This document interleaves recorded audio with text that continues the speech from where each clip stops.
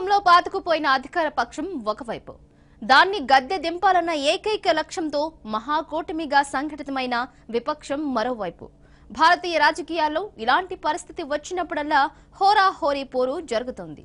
తాజాగా తెలంగాణలోనూ అలాంటి చిత్రమే ఆవిష్కృతమవుతోంది.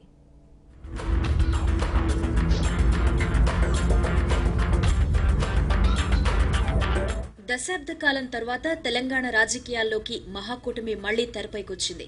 టీఆర్ఎస్ ను ఓడించేందుకు కాంగ్రెస్, టీడీపీ, సిపిఐ, టీజేఎస్ లు కూటమి కడుతున్నాయి. ముందస్తు ఎన్నికల ప్రకటనకు ముందు వరకు ఏకపక్షంగా కనిపించిన రాష్ట్ర రాజకీయాలు కూటమి సాకారమయ్యే అవకాశాలు మెరుగుపడడంతో రసకందాయంగా మారాయి. సాధారణంగా రాజకీయాల్లో అధికార పక్షం మళ్లీ గెలిస్తే తమ మనుగడ ప్రశ్నార్థకంగా మారుతుందని భావించినప్పుడే విపక్షాలన్నీ మహాకూటమిగా ఏర్పడతాయి. ఇలాంటి కూటముల విజయానికి భాగస్వామ్య పార్టీల మధ్య సమన్వయం కుదరడం ప్రధానం. వాటికి ప్రభుత్వ వ్యతిరేకత, ఇతర భావోద్వేగాలు తోడైతే అగ్నికి ఆజ్యం పోసినట్లు తిరుగులేని విజయాలు సిద్ధిస్తాయి. 1977 లోక్సభ ఎన్నికలు మొదలు అనేక రాష్ట్రాల శాసనసభ ఎన్నికల్లో ఇది నిరూపితమైంది. ఉమ్మడి ఆంధ్రప్రదేశ్లో 1994, 2004, 2009 ఎన్నికల్లో 3 సందర్భాల్లోనూ విపక్షాలు దుర్భేద్యంగా ఉన్న అధికార పక్షాన్ని గద్దెదించేందుకు కూటమి కట్టాయి. మొదటి 2 కూటములు లక్ష్య సాధనలో విజయవంతమయ్యాయి. మూడో కూటమి వివిధ కారణాలతో విఫలమైంది. 3 ఉమ్మడి రాష్ట్రంలో కూటములే అయినప్పటికీ వాటి ప్రధాన కార్యక్షేత్రం తెలంగాణ ప్రాంతమే. 1994లో ఎన్టీఆర్ నేతృత్వంలో తెలుగుదేశం, వామపక్షాలు కూటమిగా పోటీ చేసి తిరుగులేని విజయం సాధించాయి. 2004లో కాంగ్రెస్, టీఆర్ఎస్, వామపక్షాలు కూటమి కట్టాయి. కలిసికట్టుగా పనిచేయడంతో పాటు ప్రభుత్వ వ్యతిరేకత, తెలంగాణ సెంటిమెంట్ బలంగా ఉండడంతో ఘన విజయం సాధించాయి.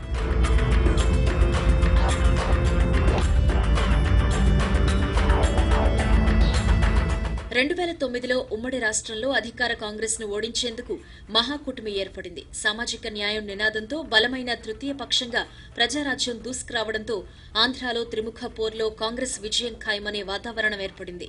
మనుగడ కోసం తెలంగాణలో టీడీపీ, టీఆర్ఎస్, వామపక్షాలు జతకట్టాయి. కాంగ్రెసే గెలిచింది. తెలంగాణలో కాంగ్రెస్ పట్ల వ్యతిరేకత తీవ్రంగానే ఉన్నా భాగస్వామ్య పార్టీల మధ్య ఓట్ల బదిలీ సరిగా జరగలేదు. మిత్రులకు త్యాగం చేయటం ఇష్టం లేక కూటమి పార్టీలే కొన్ని చోట్ల రెబల్స్ ను ప్రోత్సహించాయి. సీట్లు త్యాగం చేసిన చోట అవకాశం కోల్పోయిన పార్టీ నేతలు కాంగ్రెస్ కు కొమ్ముగాశారు. దానికి తోడు లోక్సత్తా, పీఆర్పీలు తెలంగాణ అంతటా పోటీ చేసి మహాకూటమి ఓట్లకు గండి కొట్టాయి. గెలుపు గుర్రం అనుకున్న మహాకూటమి కాస్త విజయం వాకిట బోర్లా పడింది. తాజాగా కాంగ్రెస్, టీడీపీ, వామపక్షాలు కూటమి కట్టేందుకు ప్రయత్నిస్తున్న నేపథ్యంలో 2009 మహాకూటమి ప్రయోగం రాజకీయ పార్టీలన్నింటికీ గుణపాఠంగా భావిస్తున్నారు.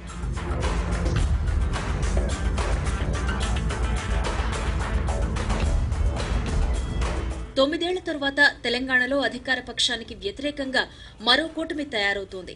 కూటమి కడుతున్న కాంగ్రెస్, టీడీపీల మధ్య 3 దశాబ్దాల వైరం ఉంది. టీడీపీ పుట్టిందే కాంగ్రెస్ పై వ్యతిరేకతతో. ప్రస్తుతం టీడీపీలో మిగిలిన కొద్దిమంది నేతలు, కార్యకర్తలు నరనరాన కాంగ్రెస్ వ్యతిరేకతను జీర్ణించుకున్నవారే. 2 కలిస్తే 4 అవుతాయన్న కూడికల లెక్కలు వీరి మధ్య పనిచేస్తాయా అనేది తేలాల్సి ఉంది. 2004లో టీడీపీ ప్రభుత్వాన్ని కూల్చిన కూటమికి కలిసొచ్చిన ప్రధాన అంశం ప్రభుత్వ వ్యతిరేకత, తెలంగాణ సెంటిమెంట్. ఇప్పుడు ప్రభుత్వ వ్యతిరేకత తీవ్రత ఎంతో తెలియాల్సి ఉంది. తెలంగాణ సెంటిమెంట్ ప్రస్తుతం అప్రస్తుతమైంది. తెలంగాణ ప్రయోజనాలను కాపాడుకోవాలనే సెంటిమెంట్ ఏవైనా ఉన్నా అది టీఆర్ఎస్ కి అనుకూలంగా ఉండే అవకాశం ఉంది.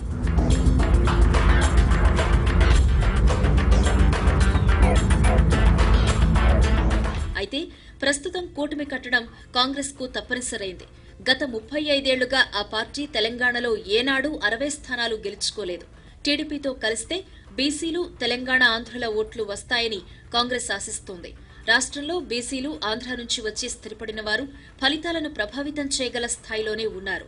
గత ఎన్నికల్లో తెలంగాణ సెంటిమెంట్ కారణంగా బీసీల్లో మెజార్టీ ఓటర్లు టీఆర్ఎస్ వైపే మొగ్గు చూపారు. బీసీల్లో మిగిలిన వారిలో అధిక శాతం తెలంగాణ ఆంధ్రులు టీడీపీ, బీజేపీ కూటమికి జైకొట్టడంతో వీరికి 20 వరకు సీట్లొచ్చాయి. తెలంగాణ ఇచ్చిన కాంగ్రెస్ చిత్తయింది.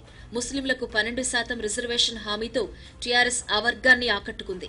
అమలు చేయకున్నా ఇప్పటికీ ఆ హామీకి కట్టుబడి ఉంది టీఆర్ఎస్ మాత్రమే.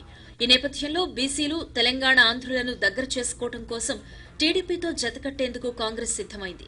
ఏపీకి ప్రత్యేక హోదాపై సీడబ్ల్యూసీలో తీర్మానం చేసింది. ప్రభుత్వ వ్యతిరేక ఓటు చీలకుండా సిపిఐ, టీజేఎస్లతోనూ జట్టు కట్టేందుకు సిద్దపడింది.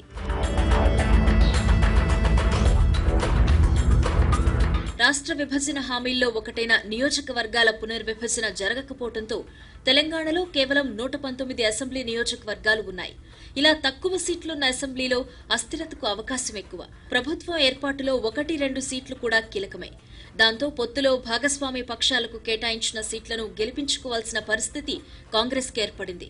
ఇందులో కీలకం ఓట్ల బదిలీ. 30కి పైగా స్థానాల్లో ఫలితాలపై తెలంగాణ ఆంధ్రుల ప్రభావం ఉంటుంది. వారి ఓట్లు అత్యధికంగా గ్రేటర్ హైదరాబాద్ పరిధిలోనే ఉన్నాయి. తెలంగాణ ఆంధ్రులు సహజంగా అధికారానికి వచ్చే అవకాశం ఉన్న పార్టీ వైపు మొగ్గు చూపుతారు అని రాజకీయ వర్గాలు విశ్లేషిస్తున్నాయి.